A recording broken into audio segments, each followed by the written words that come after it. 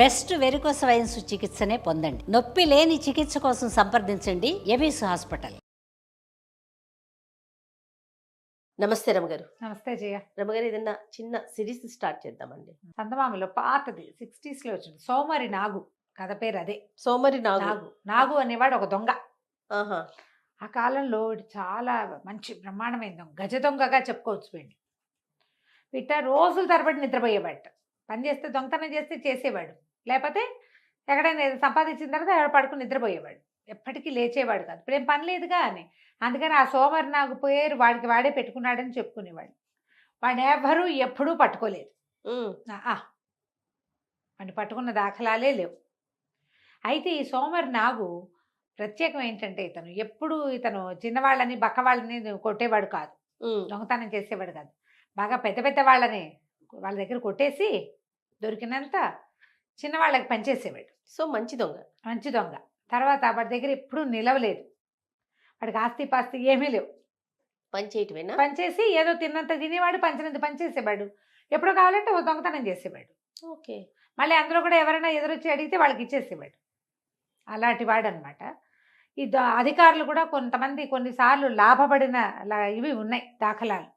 దాంతో వాడు కాస్త అక్కడ చేలోకుగా దొరికిన చూసిచున్నట్టు పోన్లే, వాడు అందరికీ పంచాడు, వీడి దగ్గర ఏం చచ్చిందని వీడు పట్టుకుంటాం, ఏం లేదు. సానుభూతి ఉండేది. సానుభూతి ఉండేది. వాడు ఉపయోగపడడం వల్ల ఇంకా కొంచెం ఆలోచించి సర్దు కూరుకునేవాళ్ళు. తెలిసిన వాళ్ళు ఒకళ్ళిద్దరు ఊరుకోండా ఎందుకు అని పెద్దవాళ్ళు చిన్నవాళ్ళని ఆపేసేవాళ్ళు, లేదా చిన్నవాళ్ళే పోన్లేండి సార్ అని పెద్దవాళ్ళకి వద్దని చెప్పి ఇట్లా చేసి మొత్తానికి వాడు ఎప్పుడు దొరకల. అయితే ఓసారి ఒక సంపన్న గృహస్థు ఒక ఆయన 1000 ఫలాల వెండి, ఫలాలు అంటారు, ఫలం అంటే అదొక లెక్క అనమాట, వెండి వెనకేశాడని తెలిసింది. అయితే ఆ ఇల్లు ఏది అనేది వేగ్గా ఎవడో చెప్పాడు. ఇతను ఏం చేశాడు, ఆ ఇంటికి బదులు ఆ ఇంటికి కొంచెం యువతలగా ఉన్న ఒక చిన్న ఇంట్లో ప్రవేశించాడు. ఇంట్లోకి వెళ్తే అంతా ఇల్లు బోడిగా ఉంది. అంటే ఏదో బోల్డ్ డబ్బులు సంపాదించండి, వీడు ఇల్లు ఏమిటి ఇలా మాస్టీగా ఉంది అనుకున్నాడు. ఇల్లు ఘనంగా ఉండద్దు, సంపాదించిన వాడి ఇల్లు. ఒక చిన్న బల్ల ఉంది. సరే ఇంటి వాళ్ళు చూడకుండా ఉండటం కోసం ఆ బల్ల కింద దూరి దాక్కున్నాడు. దాక్కునేసరికల్లా కాసేపు అయ్యాక ఓ భార్య భర్త ఇద్దరు వచ్చారు. కంచాలు తెచ్చుకున్నారు, అన్నం పెట్టుకున్నారు, ఏడుస్తూ కూర్చునున్నారు. కంచాలు తెచ్చుకుని అన్నం కూరలు అవి తెచ్చి పెట్టుకున్నారు. వడ్డించుకుని తినటల్లా ఏడుస్తూ ఇంక ఈ దరిద్ర బాధ ఎన్నాళ్ళు పడతాము, చచ్చిపోదాము అనేసరికల్లా పెళ్ళామంది, వద్దు వద్దు నువ్వు చచ్చిపోవటం ఎందుకు, నన్ను నమ్మేసేయి. ఆ కాలంలో ఆడవాళ్ళని అమ్మేందుకు అవకాశం ఉండేది. నన్ను నమ్మేయి, వచ్చిన రూపాయలతోటి ఏదైనా వ్యాపారం చేసుకో, నేనేముంది ఎక్కడైనా బతుకుతాను, నీ దగ్గర బతికేది ఇంకో చోట, నువ్వు చావవద్దు, నువ్వు చావద్దు అని శోకాలు పెట్టి ఏడ్చింది. అయ్యో ఇంత బంగారపు తల్లివి నిన్ను ఎటాగే అమ్మటం అని పెళ్ళమ్మగుడు కూడా ఏడ్చేసరికి ఈ నాగు ఆ బల్ల కింద నుంచి వచ్చాడు బయటికి. రాగానే హడిలిపోయారు వాళ్ళు. ఏడబాకండి, ఏడవద్దు, మీకు వెండి ఇస్తాను, సంపాదించి తెచ్చి పెడతా, ఆ వెండి అమ్ముకుని వ్యాపారం పెట్టుకోండి, డబ్బులు లేవని చచ్చిపోకూడదు. ఓహో. ఎవరైనా డబ్బుకేముంది, ఎక్కడి నుంచి అయినా పుడుతుంది అని చెప్పాడు. కాసేపు అయిన తర్వాత బయటికి వెళ్ళిపోయాడు అక్కడి నుంచి. వీళ్ళు నిర్ఘాంతపోయి చూస్తూ కూర్చున్నారు. ఎవడో వాడు అర్థం కాల వాళ్ళకి.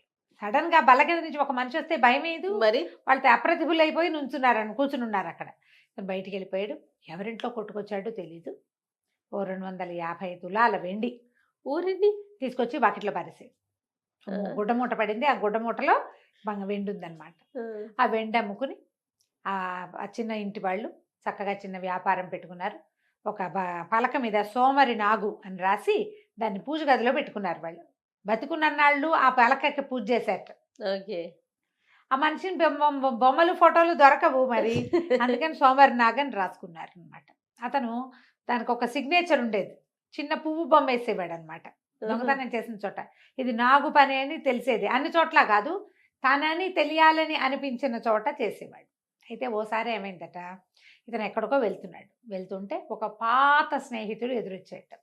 పాత రోజుల్లో ఆ స్నేహితుడు బాగా డబ్బులు ఉన్నవాడు. ఎప్పుడైనా వీడికి తాగడానికి తినడానికి డబ్బులు ఇచ్చేవాడు, తన పక్కన కూర్చోబెట్టుకునేవాడు విందుల్లో. ఇప్పుడు ఆ స్నేహితుడికి మొత్తం డబ్బులన్నీ పోయినాయి. పరమాధ్వాన్నమైన స్థితిలో దిగనాసి వెళ్ళిపోయినాడు. ఈ నాకు ఆశ్చర్యపోయేట, ఇదేమిటి ఇట్టా అయిపోయావు, ఏమైంది నీకంటే, ఏం చేయను, నా ఆస్తి అంతా పోయింది, వ్యాపారం కుదేలైపోయింది, ఎక్కడ అప్పు పుట్టే పరిస్థితి లేదు అనేసరికల్లా ఈ సోమరి నాగన్నట్ట, అయితే నాతో రా, ఇవాళ నేను ఒక సంపన్న గృహస్థుడింట్లో దొంగతనానికి వెళ్తున్నాను, నాకేది దొరికితే అది నీకు ఇస్తా, నాతో రా అని చెప్పి వెంబడబెట్టు తీసుకుపోయాడు. వాడు దొంగని తెలుసు, కానీ వాడు ఆడిన మాట తప్పడు. ఈ స్నేహితుడు కూడా ఈ నాగు వెనకాల పడిపోయాడు. వీళ్ళిద్దరు వెళ్తే ఏమైంది, అది పెద్ద సంపన్న గృహస్థు, చాలా పెద్ద ఇల్లట. దానికి పెద్ద పెద్దవి 2 రకాల ప్రాకారాలున్నాయి. రెండో యువతలి ప్రాకారం బయట ఈ స్నేహితుడిని ఒక మూల నుంచోబెట్టాడు. నువ్వు ఇక్కడే ఉండు, నేను లోపలికి వెళ్ళొస్తానని వీడు జాగ్రత్తగా గోడలు దాటుకుని లోపలికి వెళ్ళాడు. లోపల పెద్ద గలభ ఎత్తిపోయింది. ఏదో ఎత్తటం ఏమిటి, ఈ ప్రహరీ దగ్గర ఆనుకుని నుంచున్నాడుగా స్నేహితుడు, ఇతని మీద నుంచి దూకినాయట కుక్కలు. అంటే లోపల ప్రాకారం నుంచి బయట ప్రాకారం వైపుకి దూకేసినాయి. కుక్కలు దూకేసరికల్లా ఆయన హడిలిపోయాడు, పరిగెత్తాడు. భయం వేసింది మరి, లోపల నుంచి కుక్కలు వస్తుండే సరికల్లా. ఇతను పరిగెత్తి ఆ అన్ని ప్రాకారాలు ఇది చేసుకుని ఆ రోడ్డు మీదకి వెళ్ళేసరికల్లా ఆ నాగు కూడా కలుసుకున్నాడు ఆయాసపడుతూ. వాళ్ళు మెలకుగానే ఉన్నారబ్బా, బోల్డంత బంగారం ఉంది ఆ ఇంటి నిండా. కరెక్ట్ టైంకి వాడు నిద్ర లేచేసాడు, కుక్కను పిలిచేశాడు, కుక్కలు వచ్చేసినాయి, ఏమీ చేయలేకపోయాను, 1 రూపాయి తేకుండా వచ్చాను నేను, నీకే సహాయము చేయలేను అన్నాడు. అనేసరికల్లా హతాశుడైపోయాట ఆ స్నేహితుడు. నాగు అబద్ధం చెప్పడు, తెచ్చి దాచి నీకు ఇవ్వకపోవటం కాదు, వాడే బగరుస్తున్నాడు. ఆ వాడి మీద, ఈ బయట నుంచిన వాడి మీదకి దూకినాయంటే కుక్కలు, లోపల నుంచిన వాడి పరిస్థితి ఏంటి? అంతేగా. ఎట్టా ప్రాణాలు లెక్కబెట్టుకుని బయటికి తీసుకొచ్చాడు. ఏమీ చేయలేకపోయాడు. చేయలేకపోతే సరేలే, నువ్వు మాత్రం ఏం చేస్తావు, ఇస్తానన్నావు ఇవ్వలేకపోయావు కానీ అని ఆయన దారిని ఆయన పోయాడు. మళ్ళీ కొన్ని రోజులకి ఆ స్నేహితుడు ఎదురుపడ్డాడు. ఆయన ఇంకా అధ్వాన్న స్థితిలోకి వచ్చేసాడు. ఈ నాగు ఆశ్చర్యపోయాడు, అదేమిటి ఇట్టా ఉన్నావు, నీకేం దొరకలేదా అన్నాడు. నాకేం దొరకలేదంటే, అయితే ఇప్పుడు ధనవంతుడి ఇంటికి వెళ్ళారు కదా, ఆయన ఒక అధికారి, చాలా డబ్బు కూడబెట్టాడు, కుక్కల్ని కిక్కల్ని కూడా పెంచాడు. ఇతను ఏం చెప్పాడంటే, నాగు ఆ అధికారి ఇంట్లో నేను ఒక పెట్టె తీసుకొచ్చాను, బయటికి తీసుకొస్తే మిగిలిన బంగారం అంతా వదిలిపెట్టి వచ్చేసా, కానీ చేత్తో తెచ్చిన పెట్టె వాళ్ళకి దొరకకుండా ఆ అధికారి ఇంటి వాకిట్లో ఉన్న నీటి గుంటలో పడేశా. ఎందుకు గుట్టుచప్పుడు కాకుండా ఊరుకున్నాడో అధికారి మనకు తెలీదు. ఆ పెట్టి గురించి అతను రిపోర్ట్ చేయలే. దొంగ వచ్చాడు, ఇంట్లోకి వచ్చాడు, గొడవ చేశాడు, ఇవన్నీ ఆ బంగారం అంతా ఎత్తాడు, కొంచెం అన్నీ దొరికినాయి అన్నాడు. పెట్టె మాత్రం నీటిలో ఉందన్న విషయం ఎక్కడ చెప్పలా. ఎందుకో గుట్టు చప్పలు కాకుండా, అంటే అది కూడా దొంగ సొమ్ము అయ్యి ఉంటుంది. పద నువ్వు నాతో రా, మళ్ళీ వెళ్దాం, ఆ గుంటలో నుంచి దాన్ని పట్టుకొచ్చేద్దామని చెప్పి అర్ధరాత్రి వేళ స్నేహితుడిని వెంబడి పెట్టుకుని ఆ భవనంలోకి ప్రవేశించి ఆ నీటి గుంటలో నుంచి ఆ బాక్స్ పుచ్చుకొచ్చాడు బయటికి. తెచ్చారు. బాక్స్ నిండా వజ్రాలు, బంగారం. ఒక్క తునక కూడా తీసుకోలేదట నాగు. ఇచ్చేసాడు, మొత్తం స్నేహితుడికి ఇచ్చేసాడు. తునక కూడా తీసుకోకుండా నువ్వు వ్యాపారం చేసుకో, హాయిగా ఉండు, ఎప్పుడైనా వస్తే భోజనం పెట్టు బాబా అని చెప్పి ఆ బాక్స్ ఇచ్చేసాడు. ఆ స్నేహితుడు కోట్లకి పడగెత్తేట తర్వాత కాలంలో. నాగువన్నీ ఇలా విచిత్రమైన పనులుగా ఉండేవి. అయితే ఒకసారి ఈ నాగు ఒక పెద్ద ఇంట్లో దొంగతనానికి వెళ్ళేట. ఇల్లంతా చూశాడు. వీడు ఒక మూడ్స్ వీడికి. అవన్నీ చూసాక ఏం తెస్తాను నేను, వచ్చేస్తాడు కూడా. వెళ్తే ఏమైంది, బట్టలు పెట్టే ఒక గది ఉందిట, మొత్తం అంతా బట్టలైతే దాని నిండా. వీడికి ఆ బట్టలు కొట్టేద్దామనిపించింది. కాకపోతే ఇంతలో ఏమైంది, ఈ బట్టల గదిలోకి వీడు ప్రవేశించి ఆ బట్టలన్నీ చూస్తున్న క్రమంలో బయట నుంచి దాసిది తలుపు గడి పెట్టేసి చూసుకోవాలా. మామూలుగా బట్టల గది తలిపేసావా అని కేకేశారు. టకీమిన వేసేసింది. వీడు లోపల ఉండిపోయాడు, బయట గడి పడిపోయింది. వాకిలి తలుపులు అన్నీ వేసేసారు. వాకిలి తలుపులు వేస్తే వీడు లోపల నుంచి గడి తీసుకుని వెళ్ళిపోతాడు. ఏ గదిలో ఉన్నాడో ఆ గదికి గడి పడితే వీడేం చేయాలి? బట్టలు వదిలిపెట్టి వెళ్ళటం ఇష్టం లేదు. ఎట్లా తీసుకెళ్ళాలని బాగా ఆలోచించి వేసుకోగలిగినన్ని బట్టలు వేసుకున్నట్టు ఒకదాని మీద ఒకటి కొన్ని ఇట్లా నడువు కట్టుకున్నాడు. సిల్క్ క్లాత్, చైనాలో అనమాట. ఇది చైనాలో సిల్క్స్ చాలా ఫేమస్ కదా. అక్కడి నుంచి ఏం చేశాడు, తనకు బాగా నచ్చినవన్నీ, అక్కడ దీపం ఒకటి ఉంటే ఆ దీప వెలుగులో చూసి అన్నీ మూట కట్టాడు. మూట కట్టిన తర్వాత ఇక అక్కడి నుంచి ఏం చేయటం మొదలుపెట్టాడు, అక్కడ ఉన్న చెక్క బీరువాకి ఇట్లా గోళ్ళతోటి టిక్ టిక్ టిక్ టిక్ అని మూత చేయటం మొదలెట్టాడు. అది ఎలిక లాంటి శబ్దం. ఓహోహో. వచ్చేసరికల్లా ఇంటి యజమానురాలు వీడు పడుకున్న 1 గంట కల్లా దాసి దాన్ని లేవనెత్తేసింది. వస్తే గదిలోకి ఏమైనా ఎలుక దూరిందో ఏమో, కొంచెం బెదిరించు, బయటకన్నా పోతుంది, బట్టలు కొట్టేస్తుందో ఏమిటో, పిల్లలకి కుట్టించడానికి బోళ్ళు గుడ్డలు తెప్పించాం అని కేకలు పెట్టింది గదిలోంచి. పెట్టి ఆవిడ పక్కకు ఒత్తిగిలి పడుకుంది. దాసిది బరువైన అడుగులు నడిచొస్తోంది తెలిసింది వీరికి, మన నాగుకి అర్థమైంది. ఆ దాసి ఏం చేసింది, వచ్చి బయట గడి తీసి ఇట్ట దీపం ఎత్తి ఇట్ట చూడబోయేసరికి అలా వీడేం చేశాడు, బట్టలు మూట కట్టాడు కదా, చీకట్లో మొత్తం ఇళ్ళల్లా చీకటి ఉండి ఒక దీపం ఇక్కడ పుచ్చుకున్నాం అనుకో అదంతా మనకేం కనపడదు, చీకట్లో నిదానంగా వెలుతురు నిదానంగా పరుచుకుంటుంది. అవును, అంతే కదా, చీకటి తటుక్కుని వచ్చేస్తుంది. దీపం ఆర్పంగానే చీకటి, దీపం వెలిగించంగానే వెంటనే వెలుగు వచ్చేది. స్లోగా ఇల్లంతా కనపడుతుంది మనకి. ఎక్కడ వెలిగించాం, ఇక్కడే కనిపిస్తుంది. ఆవిడ ఇట పైకి చూసే లోపల ఈ బట్టల మూటని బయటకి దొర్లించి మీరు ఏం చేశారు, దాంతోపాటు దొల్లుకుంటూ తను కూడా బయటకు వచ్చేసేసి చెయ్యెత్తి ఆ దాని చేతిలో దీపాన్ని కొట్టేసరికల్లా దీపం పక్క పడిపోగానే కేవు కేవు కేవు కేవుమని అరిచేసరికల్లా పడదోసేసాడు కదా.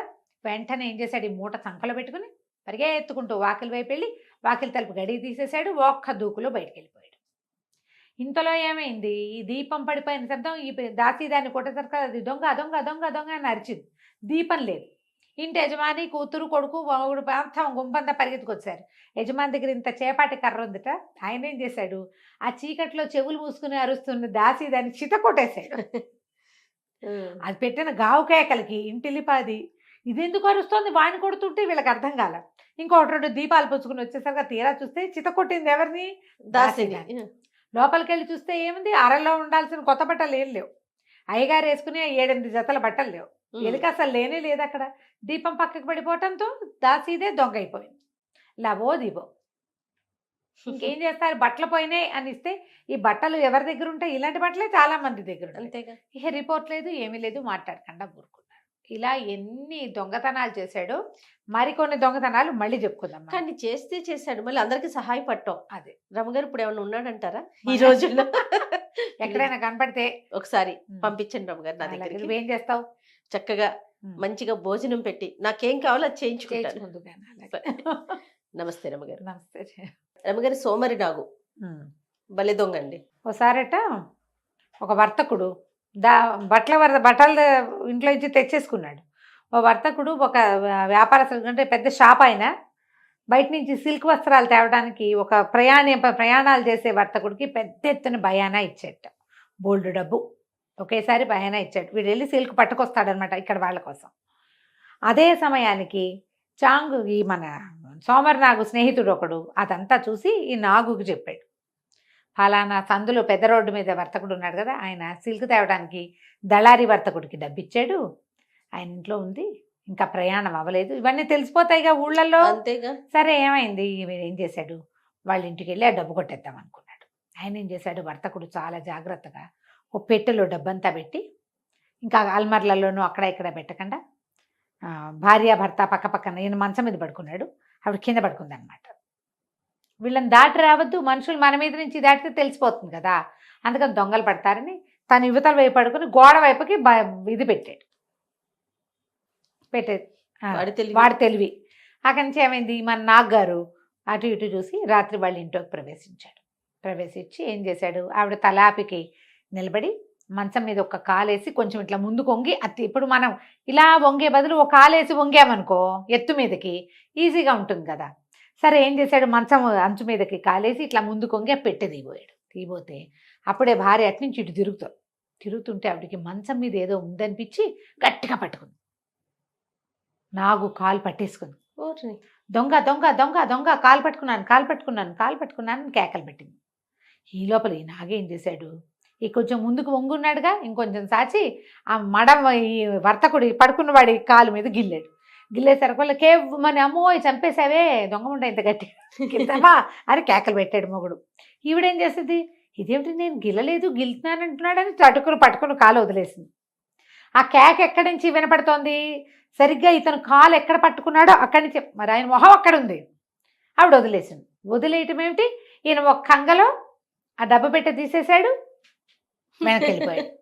వెనకెళ్ళిపోయేసరికల్లా వెళ్ళిపోయాడు దొంగ వెళ్ళిపోవటం అంటే నా కాలు ఇంకా మండిపోతుంది, దొంగ మొహం దానా అంత గట్టిగా గిల్లేసేవు అన్నాడు. అనేసరికి నేను గిల్లింది ఎక్కడా, నేను పట్టుకున్నది దొంగనే, కావాలంటే దీపం వెలిగిద్దాం పట్టు అని ఇద్దరు లేచెళ్ళి అవతల గదులు ఇంత చిన్నది పెట్టుకున్నారు. వాళ్ళు ఆ దీపం వెలిగించుకుని తెచ్చుకునేసరికల్లా ఏముంది, డబ్బు పెట్టలేదు, పెట్టి కాస్త పోయింది. ఈయన కాలు మీద గిల్లిన గుర్తు మాత్రం ఉంది. ఇలా దీపం పోయింది. ఇక చేసేది ఏముంది, ఈ పట్టుకుపోయిన నాగు వాళ్ళకి వీళ్ళకి అందరికీ సమర్పయామి చేశాడు. ఓ అయితే ఏమైందట, ఆ ఊళ్ళో చాంగ్ అని ఒక మంచి సైనికాధికారి ఉన్నాడు. ఓసారి ఓ బజార్లో ఆయన ఎదురుపడ్డారు, మన నాగును చాంగు. ఆ కొట్ట ఆయన ఇతనేనండి నాగంటేనని పరిచయం చేశాడు. పరిచయం చేసి ఏమిటో నువ్వు మంచి దొంగ ఒకటి కదా అన్నాడు. దొంగననేటా చెప్తారండి, నన్ను ఎవరు దొంగ పేరుతో పట్టుకోలే ఇప్పటిదాకా, నన్ను పట్టుకోలేదు కదా నన్ను ఎవరు అనేసరికల్లా ఆయనకి నవ్వొచ్చి నువ్వు భలేవాడిపోయి నువ్వు చేసిన కొన్ని దొంగతనాలు వింటే ఆశ్చర్యంగా ఉంటుంది. అంటే అసలు మీకు తెలియనివి బోల్డ్ జరిగాయండి, మీరు విననివి బోల్డ్ జరిగినాయి, వాళ్ళు కిక్కురు మనకంటే ఊరుకుంటారు, ఎందుకంటే వాళ్ళు దొంగలే కాబట్టి అన్నాడు. అంటే సరే ఇద్దరు నడుచుకుంటూ వస్తున్నారు వాళ్ళ ఇంటి ఈ కొట్టు నుంచి, బజార్ నుంచి చాంగ్ గారి ఇంటి వైపుకి. అయితే ఏమైంది, చాంగ్ అన్నాడు, సరే నీ దొంగతనాలు నాకు కొన్ని తెలుసు, నాకు నిన్ను పట్టుకోవాలని ఉంది, ఓ పని చేద్దాం, నీ సమయస్ఫూర్తి నీ తెలివితేటలు చూపించు. ఇదిగో చిలక, మా ఇంట్లో చిలక ఉంది, ఆ చిలకను కొట్టేయి చూస్తా నీ వల్ల అయితే. చిలకను కనుక నువ్వు సమయస్ఫూర్తితో కొట్టేస్తే ఇప్పటిదాకా నువ్వు చేసిన దొంగతనాలన్నీ నీ తెలివికి నీరాజనం కింద నేను వదిలేస్తా. చిలకను నువ్వు తీసుకెళ్ళకపోతే నువ్వు స్వచ్ఛందంగా ఒప్పుకోవాలి, నాకు లొంగిపోవాలి, నేనే దొంగని నేనే చేశానని ఒప్పుకోవాలన్నాడు. చాంగ్ అన్నాడు, అటాగేనండి, మీరు అంత సరదా పడితే నేను ఎందుకు కాదంటాను, పైగా నా మీదున్న దొంగతనం అభియోగాలన్నీ పోతాయంటే నాకు సంతోషమే కాదు అన్నాడు. సరే ఈయన ఏం చేశాడు, లోపల గదిలో తగిలించి చుట్టూ ఒక పంజరంలో వాళ్ళ ఇంట్లో చిలక, ఆ పంజరాన్ని తెచ్చి హాల్లో మొగదల మీద తగిలిచ్చి ఇద్దరు సైనికులు పెంచాడు. తెల్లవార్లు మెలకుగా ఉండి కూర్చోండి దీని దగ్గర, కంటి రెప్పేస్తే ఒప్పుకోను, చిలకని ఎవడూ తీసుకెళ్ళకూడదు అని చెప్పి లోపలికి వెళ్ళి గదిలో పడుకున్నాడు. ఆయన కొంచెం ముసలివాడు, కొంచెం వంగి నడుస్తాడు. సరే ఏమైంది, కొంచెం 12 గంటలు అయ్యేసరికి మన నాగు ఆ ఇంట్లోకి ప్రవేశించి చూస్తే ఏముంది, ఇద్దరు సైనికులు కర్రలు పుచ్చుకుని దానికేసి చూస్తున్నారు. ఎట్లా తీసుకెళ్తాం, సరే ఇతను ఏం చేశాడు, వెనకాల వైపు వసారాల్లో నుంచి వెనక గదులన్నీ తిరిగి చూశాడు. ఓ గదిలో చాంగ్ గారు ఆఫీస్కి వెళ్ళేటప్పుడు వేసుకునే బట్టలు ఉన్నాయి, ఒక టోపీ, ఓ పెద్ద ఓవర్ కోటు, అప్పుడు కొంచెం చలికాలంగా ఉంది కాబట్టి ఒక మఫ్లరు, కొన్ని మఫ్లర్లు తగిలించున్నాయి. మనకి ఇంకా సమయం ఉందని హాయిగా ఏం చేశాడు, అక్కడ చిన్న మడత మంచాలు లాంటిది ఉంటే అది వేసుకుని పడుకుని నిద్రపోయాడు. గంట లెక్క పెట్టుకుని గంటకు లేవాలని అనుకుని గంటన్నర పడుకుని నిద్రపోయాడు. మన పని వాళ్ళు వీళ్ళిద్దరు ఉన్నారు కదా, వీళ్ళ కళ్ళలో ఒత్తులేసి దానికేసే చూస్తున్నారు. కొంచెం 4:15, 4:20 అయ్యేసరికి లేచేసి ఏం చేశాడు, చాంగ్ గారిలాగా కొంచెం వంగి నడవటం, ఓసారి అటు ఇటు నడిచి ప్రాక్టీస్ చేసి ఆ ఓవర్ కోటు అక్కడ ఉంది కదా పెద్ద కోటు, అక్కడి నుంచి టోపీ, ఆ మఫ్లర్ మెడకి చుట్టుకుని ఆ వంగి నడుస్తూ, తెల్లారింది ఇక పడుకుంటారా, అయిపోయిందిలే ఈ పూటకి అన్నాడు. అనేసరికల్లా లోపల నుంచి నడిచొస్తున్నటువంటి మనిషి, ఓవర్ కోటు, చలికాలం కాబట్టి ఆయన ముసలాడు కాబట్టి వంగి నడుస్తాడు, మఫ్లరు, గొంతు కూడా అలాగే వణుక్కుంటూ, నిద్ర లేచిన గొంతు ఎట్లా ఉంటుంది ఆ గొంతు వినంగానే ఈ పని వాళ్ళిద్దరు అమ్మయ్యా అనుకుని వాళ్ళిద్దరికి దాని పక్కనే అనుబంధంగా ఒక గది ఉంది, ఆ వీధి మొగదల్లో ఉన్న హాల్కి వాళ్ళు వెళ్ళిపోయి సెక్యూరిటీ వాళ్ళు ఆ రూమ్లో పోయి పడుకున్నారు. ఈయన చక్కగా పైన ఉన్న చిలకని తీసుకుని నడుచుకుంటూ ఇంటికి వెళ్ళిపోయాడు. సూపర్. తెల్లారింది, చాంగ్ గారు లేచి వచ్చాడు, చిలక లేదు, వీళ్ళు పడుకున్నారు. ఆయన 2 చెంబులు నీళ్ళు తెచ్చి వీళ్ళ మొహాన్ని కొట్టాడు. మీ దుంపల దగ్గర పడుకున్నారేమిట్రా, చిలక ఎదురా అన్నాడు. చిలక 5 దాకా ఉందండి, ఏమైపోయింది అన్నాడు. మీరే కదండి పడుకోమన్నారంట, నేను పడుకోవడం ఏంటి, నా దయ్యాన్ని చూసారేమిట్రా మీరు అని ఆయన తిట్టాడు. కాదండి, తెల్లవారుజామున 4:15, 4:20 అయింది, ఇంకా సేపట్లో సూర్యుడు వచ్చేస్తాడు అనగా మీరే సాక్షాత్తు కోటేసుకున్నారు. పైగా మేము ఇద్దరం ఎలా పొరపాటు పడతామండి, మేము పొరపాటు పడలే, మీరే వచ్చి ఇంక ఈ పూటకు అయిపోయింది వెళ్ళి పడుకోండి అంటే చిలకని మొగదల్లో వదిలేసి పడుకున్నాడు. ఇంకేముంది, వాడు పట్టుకుపోయాడు. తెల్లారి ఎండెక్కాక అది చిలకని పుచ్చుకుని తీసుకొచ్చాడు. చిలక పంజరం వచ్చేసింది. చాంగ్ గారు ఆశ్చర్యపోయాడు, ఊరిని కడుపుడక ఎట్టా చేసావురా అని. ఏముందండి, వాళ్ళు నిద్రేసేసి ఉన్నారు, తెల్లారు నిద్రేసి ఉన్న వాళ్ళు ఎలా ఉంటారు, మరి నిద్ర మెలకుగా ఉన్నవాళ్ళు. నా గొంతు నిద్ర గొంతని నమ్మారు, ఇదిగోండి మీ బట్టలు అని ఆయన బట్టలు కూడా అక్కడ పెట్టాడు. బయటికి వేసుకెళ్ళాను, కానీ మీరు అధికారి కదా, మీ బట్టలు వేసుకుని రోడ్ల మీద తిరగకూడదండి, ఇదిగోండి ఉంచుకోపోయావా అన్నాడు ఆయన. మీ బట్టలు వేసుకుని తిరగకూడదు, తాత్కాలికంగా ఉపయోగపడింది, ఒక దొంగతనానికి ఉపయోగపడిన వస్తువుని మళ్ళీ వాడకూడదు, దొరికేస్తాను నేను అని బట్టలు తీసుకొచ్చి ఇచ్చాడు. చాంగ్ గారు అప్పటిదాకా ఉన్న అభియోగాలన్నీ కొట్టేసేట. కొట్టేశాడు. అయితే ఏమైందట, ఒకసారి ఇతను ఇక్కడి నుంచి ఒక ఒక జూదశాలలో జూదం ఆడుతున్నట్టు ఒకడు, వాడు 1000 రూపాయలు గెలిచాడు. గెలిస్తే ఆ జూదశాల ఓనర్ అన్నట్ట, ఒరే డబ్బులు ఎక్కడైనా పోగలవంటే, నా దగ్గర నుంచి డబ్బులు పోతాయా, నేనే జూతగాడిని మోసగాళ్ళకి మోసగాడిని నేను, నన్ను ఎవడు చేస్తాడంటే, ఈ ఊళ్ళో సోమరి నాకు ఉన్నాడు రోయ్, వాడి సంగతి చాలా కష్టం వాడితోటి అని యజమాని అన్నాడు. అనేసరికల్లా సరిగ్గా అదే జూదశాలలో అవతల వైపు చిన్న మగ్గు పెట్టుకుని బీరు లాంటిది ఏదో తాగుతున్నాడు నాకు ఎవరో స్నేహితుడితో కలిసి. ఇటు తిరిగి వచ్చాడు. వచ్చావా అన్నాడు. ఈడు వచ్చావా, మాటల్లో ఉండగానే వచ్చావు, ఇదిగో నేను 1000 రూపాయలు కొట్టేశా, నేను మా ఆవిడ ఇంట్లో ఉంటాం, 1000 రూపాయలు కొట్టే చూద్దాం నీ వశమైతే. నువ్వు కొట్టేస్తే, నువ్వు కనుక కొట్టేశావంటే నేను నీకు విందిస్తా, సాయంత్రం పార్టీ ఇస్తా, నువ్వు కొట్టేయలేకపోతే నువ్వు నాకు పార్టీ ఇవ్వాలి, బాగుంది అని మాట్లాడుకున్నారు. నాగన్నాడు అట్లాగే మీ ఇష్టం చేస్తాను అని చెప్పాడు. సరే ఏమైంది, వాడు ఇంటికి వెళ్ళిపోయాడు జూదగాడు. భార్యకి చెప్పాడు, వసే వాళ్ళు 1000 రూపాయలు కలిసి మంచిది అద్భుతమైన కోడిని ఒకదాన్ని కూర చెయ్యి అంటే, ఆవిడ ఏం చేస్తుంది, చికెన్ కూర బాగా మంచి పెద్ద కోడిని చూసి వండి, ఓ టర్కీ కోడిని భార్య భర్త సుష్టుగా తిన్నారు. ఇంకా అంత కూర మిగిలింది. ఓ బౌల్లో పెట్టి మూత పెట్టింది వంటింట్లో. ఏం చెప్పాడు, వసే నాగుతో పందెం వేశాను, వాడికి పార్టీ ఇవ్వాల్సి వస్తాను, వాడు కనుక గెలిచాడంటే డబ్బులు వీళ్ళవే ఇచ్చేస్తాడు, కానీ దొంగతనం చేస్తే వాడు గెలిచినట్టు. పాత స్నేహితులు వాళ్ళు. ఒకవేళ అలా కాకపోతే వాడే మనకి విందిస్తాడే, నాగాడి విందంటే చిన్న విందు కాదు, వాడు బ్రహ్మాండంగా ఇస్తాడు, కాస్ట్లీ విందు వస్తుంది, కాబట్టి ఇద్దరం కళ్ళు మూసుకోకుండా కూర్చొని చూద్దాం దీన్నని బల్ల మీద డబ్బులు పెట్టుకుని బల్లకి అటు ఇటు మొగుడు పెళ్ళం ఇద్దరు కూర్చొని చూస్తూ ఉన్నారు. అర్ధరాత్రి అయ్యేసరికి ఈ నాగు ఇంట్లోకి ప్రవేశించాడు వెనక నుంచి. వచ్చి చూస్తే ఏముంది, మొగుడు పెళ్ళాలు ఇద్దరు కబుర్లు చెప్పుకుంటున్నారు, డబ్బులు మధ్యలో పెట్టు కూర్చున్నారు. ఏం చేశాడు, సరే ఇలా ఉందని లోపలికి వెళ్ళి చిన్న ఉడత కొరుకుతున్న శబ్దాలు లాంటివి చేశాడు. చేయగానే ఈవిడేమనుకుంది, అయ్య బాబోయ్ మిగిలిన కోడి కూరని పిల్లి మొహంది తినేస్తున్నట్టుంది, పొట్టను పెట్టుకుంటుందేమో, రేపొద్దున్న రొట్టెల్లోకి ఉంటుంది అనుకున్నాను అని ఈవిడ పరిగెత్తుకుంటూ వంటింట్లోకి వెళ్ళి. ఇదేం చేశాడు, ఆ శబ్దం మానేసి నాగు బయటికి వెళ్ళి పక్కన అక్కడ వాళ్ళకి నుయ్యి ఉందిట పెరట్లో, ఓ బండరా ఎత్తి నూతిలో విసిరేశాడు. నూతిలో విసిరేసరికల్లా ఈ మొగుడు అనుకున్నాడు, అయ్యో దీని దుంపదేగా పిల్లి వెనకాల పడి నూతిలో పడిందా ఏమిటా నా పెళ్ళామని వాడు లేచి నూతి దగ్గరికి వెళ్ళాడు. ఈ నాగు రెండో పక్క నుంచి వచ్చేసి బల్ల మీద ఉన్న డబ్బులు ఏముంది బల్ల మీద అనేది సింపుల్ తీసుకుపోయాడు.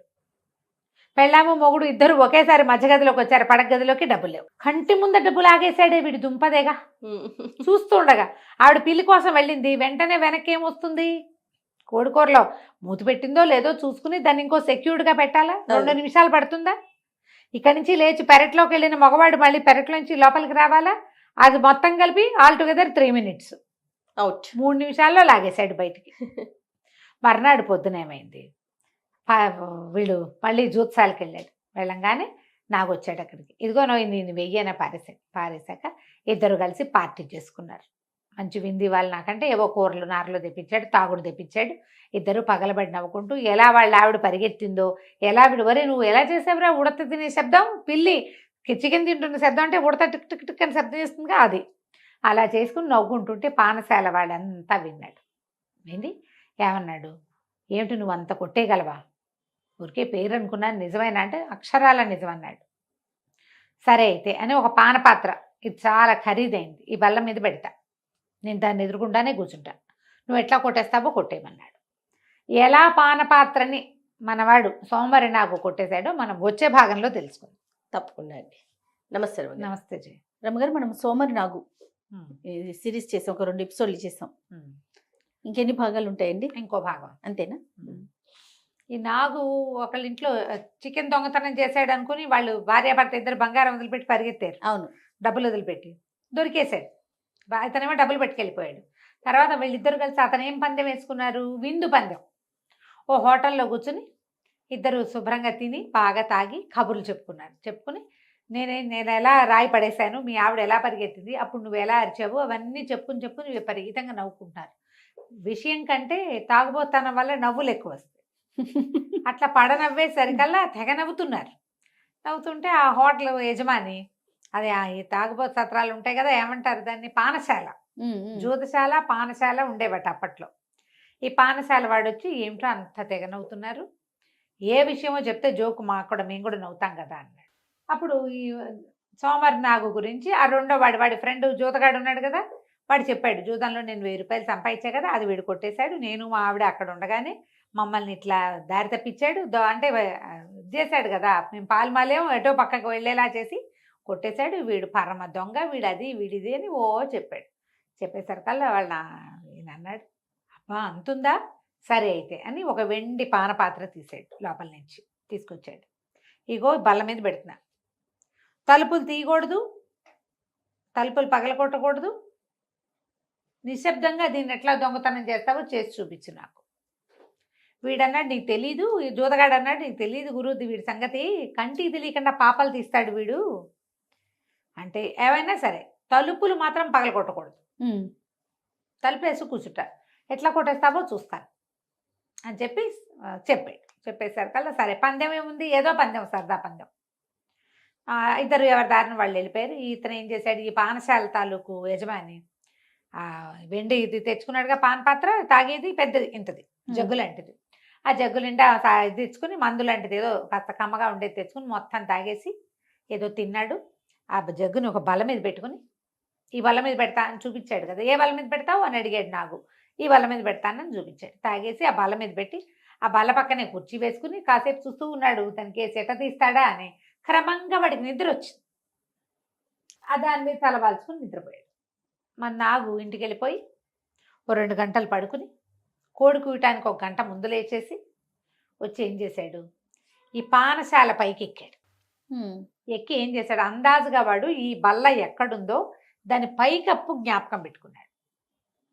ఆ కప్పు మీద కూర్చుని అవి ఇట్లా వరుసగా పెంకులు పరిచిన కప్పు, అది పెంకులు పక్కకు తీస్తే కింద బల్ల, పానశాల లోపల భాగం ఒక టేబుల్, దాని మీద వెండి పానపాత్ర, ఆ పక్కనే గురకలు తీస్తున్న ఆ పానశాల యజమాని కనపడ్డారు.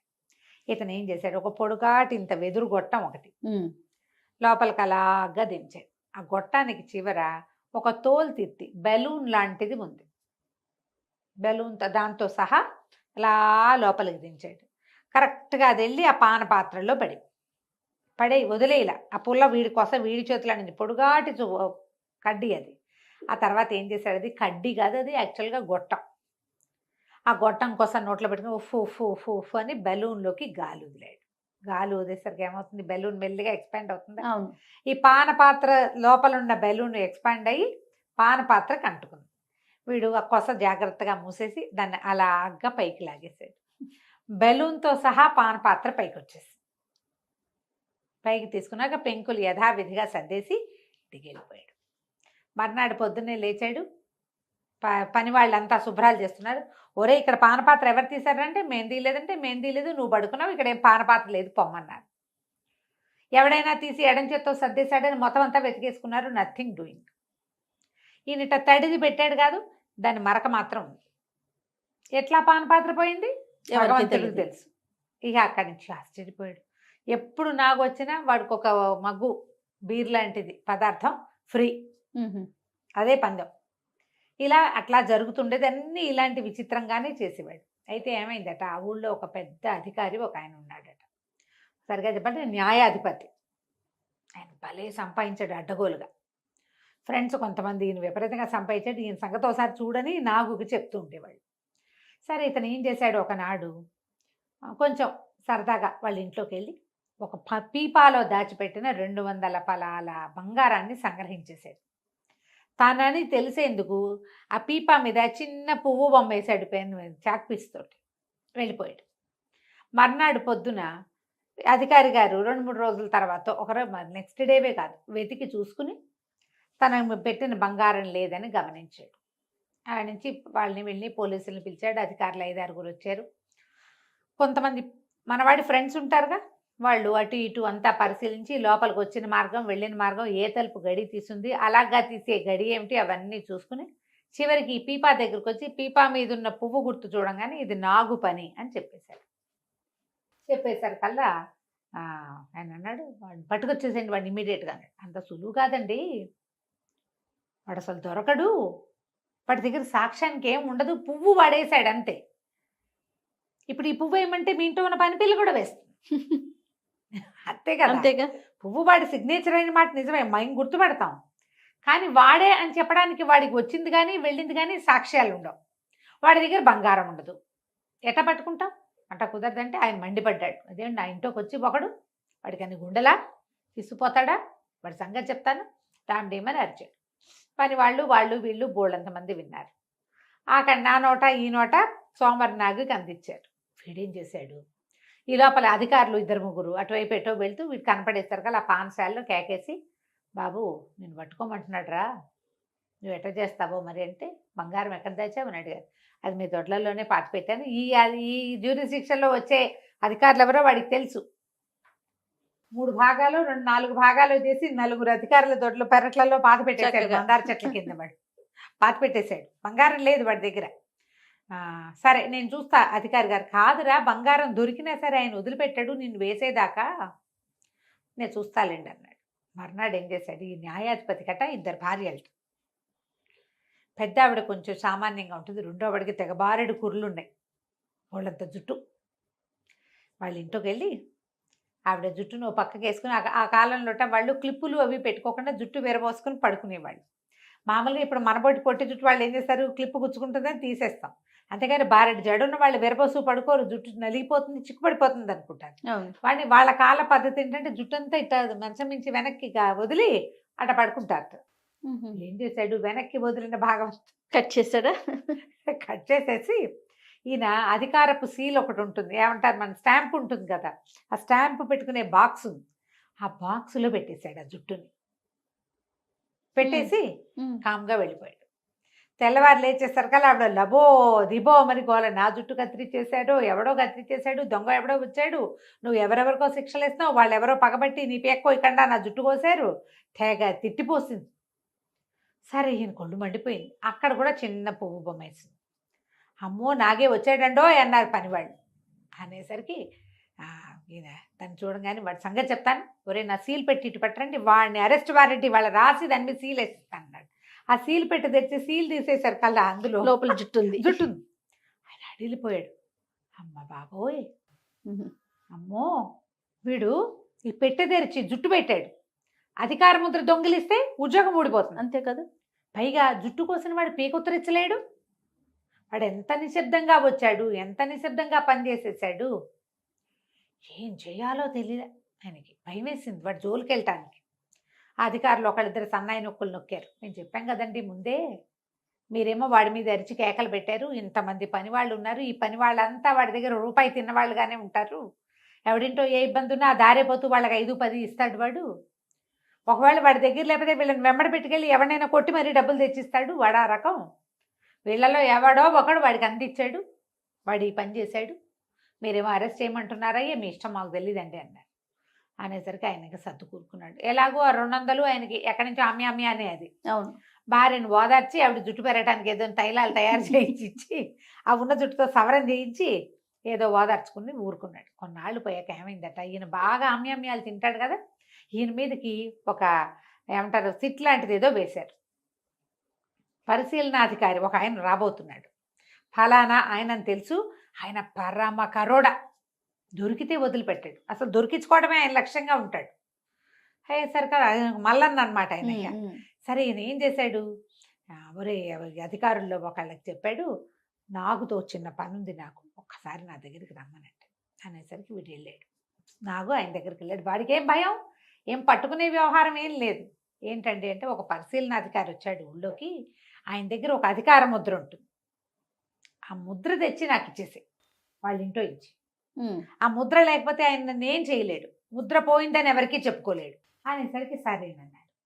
వెళ్ళి ఆ అధికారి గారి ఇల్లు సవరించి ఇంకేం తీసుకురాలా, దానికోసం వెళ్ళాడు. అది పుచ్చుకొచ్చి ముందు జడ్జి గారికి అప్పచెప్పేశాడు, న్యాయాధిపతికి అప్పచెప్పేసరికల్లా ఆయన ఏం చేశాడు, 200 ఫలాల వెండి బహుమతిగా ఇచ్చాడు. ఇస్తే వీడది తీసుకున్నాడు. ఆయన ముందే పని వాళ్ళకు కొంచెం పనిచేసాడు కూడా, ఉంచుకోండి రాను.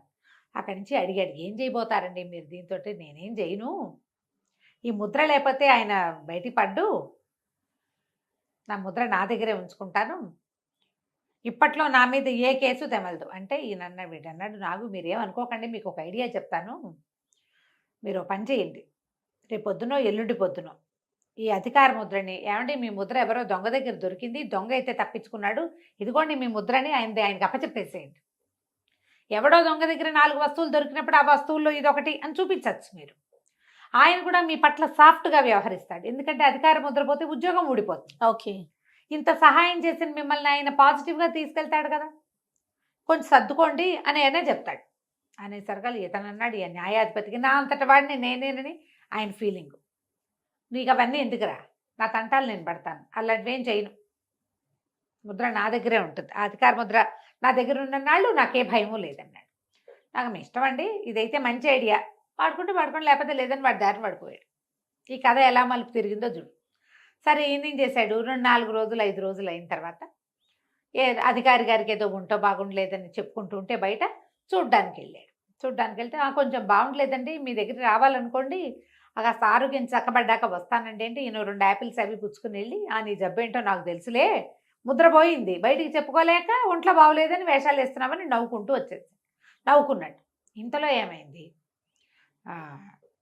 సడన్గా ఈయన లోపలికి వెళ్ళాడు, ఏదో తీసుకురావడానికి మంచినీళ్ళు లాంటివి ఏవో చెప్పి రావడానికి. యువతలు కొంచెం కూర్చోగానే వంటవాడు పెద్ద పెద్ద కేకలు పెట్టాడు, అయ్యగారు అయ్యగారు అయ్యగారు వంటిల్లు అంటుకుందండి అంటుకుందండి అని కేకలు పెట్టాడు. ఆయన ఒక గెస్ట్ హౌస్లో ఉన్నాడు. గెస్ట్ హౌస్ కదా చూడ్డానికి వెళ్ళాడు ఈయన, ఈ న్యాయాధిపతి అధికారింటికి వెళ్ళాడు. ఈ కేకలు పెట్టేసరికల్లా ఈయన ఏం చేశాడు, అమ్మో ఇల్లు అంటుకుంటే ఓ పక్క నుంచి పొగొచ్చేస్తాం, గబాలన ఆ పక్కన మంచానికి పక్కగా ఉన్నటువంటి బాక్స్ను ఒకదాన్ని ఎత్తి, అయ్యా ఇది నా అధికార ముద్ర అండి, ఇల్లు అంటుకునేలాగా ఉంది, ఏమైనా పోయినా పర్వాలేదు, అధికార ముద్ర పోతే చాలా కష్టం, మీ ఇంటికి పట్టుకెళ్ళండి, రేపు పట్టుకొద్దురు కానీ మాకని చెప్పేసి ఖాళీ బాక్స్ ఈయన చేతిలో పెట్టేశాడు. అబ్బా ఎంత తెలివిగా. ఆ బాక్స్ పుచ్చుకుని ఆయన ఇంటికి వెళ్ళాడు. ఇప్పుడు ఏం చేయాలి, అధికార ముద్ర అందులో పెట్టి ఇవ్వాలి, చిన్నట్టు పెట్టి ఇవ్వాలి.